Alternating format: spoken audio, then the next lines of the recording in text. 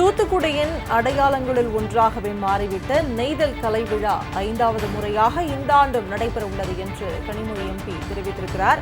August 14ஆம் தேதி முதல் 16ஆம் தேதி வரை தூத்துக்குடி நெய்தல் கலை விழா நடைபெற உள்ளது என்று கனிமொழி எம்பி தெரிவித்துள்ளார். தூத்துக்குடி வஉசி கல்லூரி மைதானத்தில் நெய்தல் கலை விழா நடைபெற உள்ளது என்றும் கனிமொழி எம்பி தெரிவித்திருக்கிறார். நம் தமிழ் கலை பண்பாட்டை கொண்டாடிட உங்கள் அனைவரையும் அன்புடன் வரவேற்கிறேன் என்று கனிமொழி எம்பி அழைப்பு விடுத்திருக்கிறார். அண்மை செய்தியாக பார்த்துக் கொண்டிருக்கிறோம். தூத்துக்குடியின் அடையாளங்களில் ஒன்றாகவே மாறிவிட்ட நெய்தல் கலை விழா 5வது முறையாக இந்த ஆண்டும் நடைபெற உள்ளது.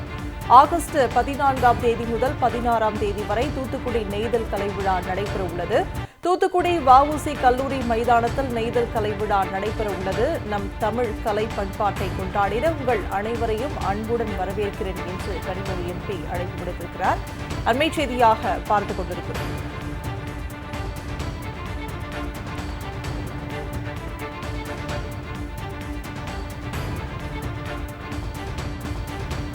தூத்துக்குடியின் அடையாளங்களில் ஒன்றாகவே மாறிவிட்ட நெய்தல் கலை விழா 5வது முறையாக இந்த ஆண்டும் நடைபெற உள்ளது என்று கனிமொழி எம்பி தெரிவித்திருக்கிறார்.